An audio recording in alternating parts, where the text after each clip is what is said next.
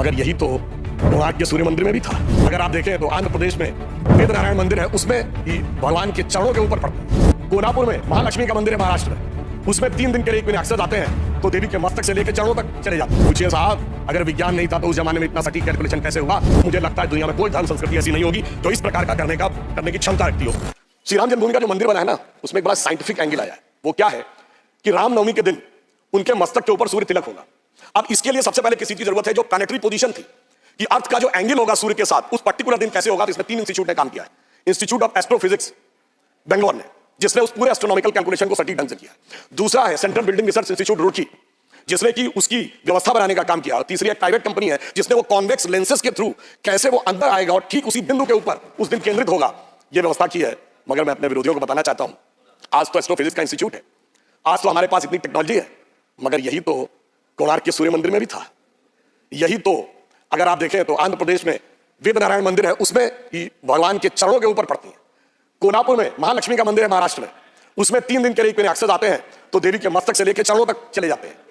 कर्नाटक के श्रृंगेरी में जो मंदिर है उसमें 12 महीनों में अलग अलग सूर्य की गति पड़ती है। पूछिए साहब, अगर विज्ञान नहीं था तो उस जमाने में इतना सटीक कैलकुलेशन कैसे हुआ जो आज इतने बड़े बड़े सैटेलाइट्स के बाद होने की बात आई है। इसलिए मैं कह सकता हूं कि इसके लिए हमें इस विचार पे, धर्म और संस्कृति के साथ इस विज्ञान पर भी गर्व करना चाहिए।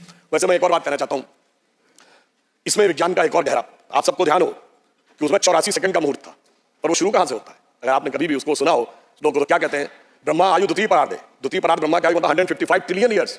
वैसे बिग बैंग थ्योरी कहती है कि 14 बिलियन ईयर पहले दुनिया बनी। तो मैं बता देना चाहता हूं कि जेम्स वेब टेलीस्कोप में जो नई फाइंडिंग की है उसमें बहुत सी गैलेक्सीज ऐसी आई हैं जो 14 बिलियन से आगे की आ रही हैं। तो now that theory has become debatable.